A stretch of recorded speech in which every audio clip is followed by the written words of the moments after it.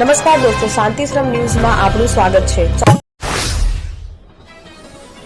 બનાસકાંઠા જિલ્લામાં હવામાન વિભાગે યલો એલર્ટ જાહેર કર્યું છે। આ એલર્ટને પગલે જિલ્લાના કેટલાક વિસ્તારોમાં વરસાદી ઝાપટા નોંધાયા છે।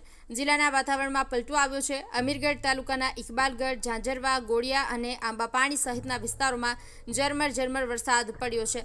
હવામાન વિભાગના અનુમાન મુજબ આગામી દિવસોમાં જિલ્લામાં હજુ પણ સારો વરસાદ પડી શકે છે। ખેડૂતો માટે આ વરસાદ ખેતી માટે લાભદાયક સાબિત થઈ શકે છે। સ્થાનિક વહીવટીતંત્ર દ્વારા યલો એલર્ટને ધ્યાનમાં રાખીને તમામ જરૂરી તૈયારીઓ કરવામાં આવી છે। નાગરિકોને પણ સાવચેતી રાખવાની સલાહ આપવામાં આવી છે।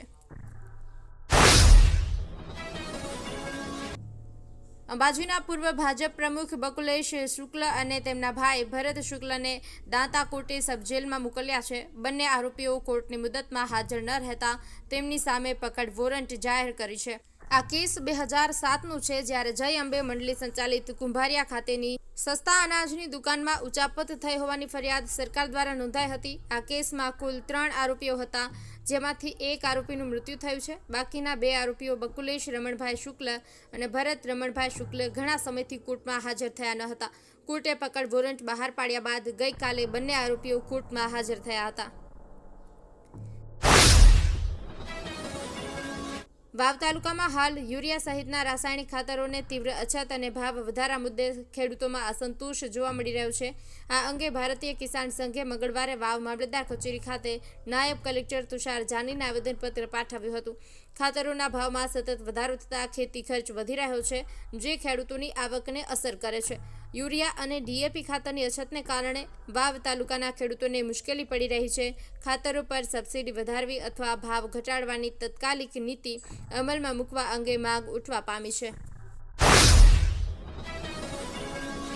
ડીસા પાટણ હાઈવે ઉપરના જૂના ડીસામાં રાત્રિના સમયે ખૂબ જ મોટા પ્રમાણમાં રખડતા પશુઓ રોડ વચ્ચે બેસી રહેતા ત્યાં અવર જવર કરતા રાહદારીઓ સહિત વાહન ચાલકો હેરાન પરેશાન થતા હોય છે। છેલ્લા કેટલાક સમયથી આખલાઓનું પ્રમાણ ખૂબ જ વધી રહ્યું છે। રાતે રોડ ઉપર આખલા રખડતા જોવા મળી રહ્યા છે। ગામ લોકોમાં ભયનો માહોલ જોવા મળ્યો હતો, જેના કારણે જાનહાનિની ભીતિ પણ સેવાઈ રહી છે। આમ આથી ગ્રામ પંચાયત દ્વારા રોડ પર રખડતા આખલાઓને પકડી પાંજરાપોળમાં ખસેડવામાં આવે તેવી લોકોએ રજૂઆત કરી છે। Simco Sunlight Paints, Simco Sunlight Paints કવિન સાફ્ટર મશીનથી કલર બનાવનાર નવીન ઘરને સુશોભિત કરવા એકવાર અવશ્ય મુલાકાત લો। Simco Sunlight Paints, Simco Sunlight Paints. Banaskantha જિલ્લામાં હર ઘર તિરંગા હર ઘર સ્વચ્છતા અભિયાનના સુચારુ આયોજન માટે જિલ્લા કલેક્ટર મિહિર પટેલના અધ્યક્ષસ્થાને કલેક્ટર કચેરી પાલનપુર ખાતે બેઠક યોજાઈ હતી। આ વર્ષે દેશ અને રાજ્યમાં સ્વતંત્ર પર્વની ઉજવણી હર ઘર તિરંગા હર ઘર સ્વચ્છતા, સ્વચ્છતા સાથે સ્વતંત્રતાની ઉજવણીની થીમ પર કરવામાં આવશે। જિલ્લા કલેક્ટરે જણાવ્યું કે જિલ્લામાં 3 તબક્કામાં હર ઘર તિરંગા યાત્રાની ઉજવણી થશે। પ્રથમ તબક્કામાં 8 ઓગસ્ટ સુધી શિક્ષણ વિભાગ દ્વારા જિલ્લાની તમામ શાળાઓમાં સશસ્ત્ર દળોને ઓપરેશન સિંદૂર વિષય પર પત્રો લખવાની સ્પર્ધા યોજાશે। આ સાથે માય ગવર્મેન્ટ પોર્ટલ દ્વારા ક્વિઝનું આયોજન કરાશે અને નગરપાલિકાઓ દ્વારા વોલ પેઇન્ટિંગનું કામ હાથ ધરાશે। નવીન હાઈવે પર માર્કેટયાર્ડ નજીક પિકઅપ ગાડી અને કાર વચ્ચે મંગળવારે અકસ્માત સર્જાયો હતો। અકસ્માત એટલો જોરદાર હતો કે કારની એરબેગ્સ ખુલી ગઈ હતી। માર્કેટયાર્ડની અંદરથી હાઈવે તરફ આવી રહેલી કાર અને હાઈવે પરથી પસાર થતી પિકઅપ ગાડી બંને અચાનક અથડાઈ ગઈ હતી।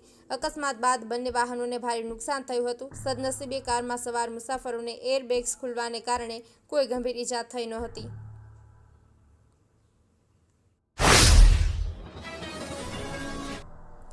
સંત સદારામ બક્ષીપંચ છાત્રાલય દિયોદર ખાતે દિયોદર પ્રાથમિક ઘટક સંઘ કારોબારી સંકલન સમિતિ મળી હતી, જેમાં બનાસકાંઠા જિલ્લા પ્રાથમિક સંઘ પ્રમુખ સંજયભાઈ દવે તેમજ ધારાસભ્ય કેશાજી ચૌહાણ, મહામંત્રી શ્રી પ્રાગજીભાઈ ચૌધરી તેમજ નિવૃત્ત થયેલા શિક્ષકો ઉપસ્થિત રહ્યા હતા।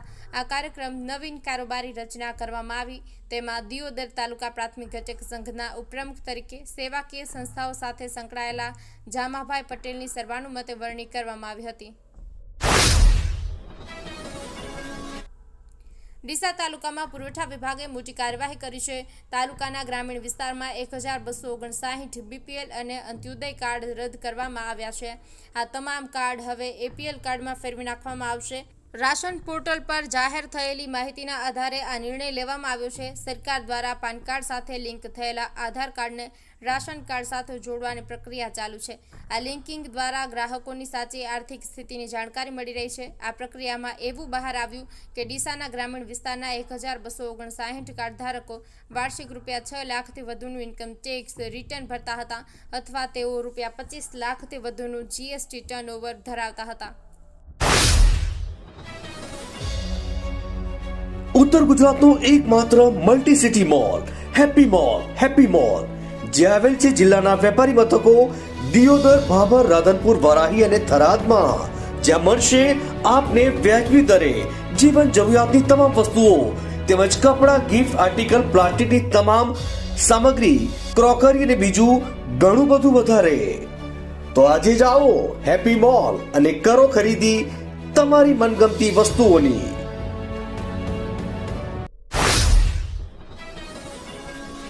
અંબાજીમાં આગામી 1 થી 7 સપ્ટેમ્બર દરમિયાન યોજાનારા ભાદરવી પૂનમ મહામેળાની તૈયારીઓની સમીક્ષા કરવા પ્રવાસન સચિવ રાજેન્દ્ર કુમાર અંબાજી પહોંચ્યા હતા. તેમણે સ્થાનિક અધિકારીઓ સાથે શ્રેણીબદ્ધ બેઠકો યોજી હતી. મુખ્યમંત્રી ભૂપેન્દ્ર પટેલે શરૂ કરેલા ઉચ્ચ પ્રાથમિકતા ધરાવતા પ્રોજેક્ટની સમીક્ષાના ઉપક્રમે હવે ઉચ્ચ અધિકારીઓએ પણ અપનાવ્યો છે. પ્રવાસન સચિવે અંબાજી મેળાની તૈયારીઓની સાથે રીંછડિયા મહાદેવ અને તેલિયા ઇકો ટ્રેલ ડેવલપમેન્ટ પ્રોજેક્ટની પણ સમીક્ષા કરી હતી. આ વર્ષે અંબાજીના મહામેળામાં 35 થી 40 લાખ શ્રદ્ધાળુઓના આગમનની સંભાવના છે. પ્રવાસન સચિવે મેળામાં આવનારા શ્રદ્ધાળુઓ માટે સ્વચ્છતા અને સુરક્ષાના મંત્ર સાથે ઉત્તમ વ્યવસ્થાઓ પ્રદાન કરવા માટેની તૈયારીઓની સમીક્ષા કરી હતી.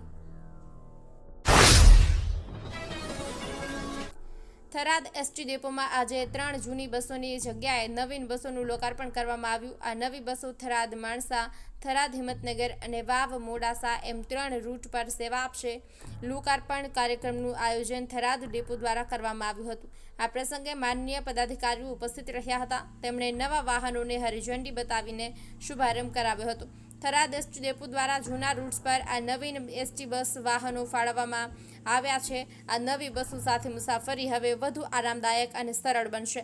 મુસાફરોને વધુ સારી સુવિધા મળી રહેશે. આ નવી બસોના સમાવેશથી થરાદ ડેપોની સેવાઓમાં સુધારો થશે અને પ્રવાસીઓને વધુ સારી સુવિધા પ્રાપ્ત થશે.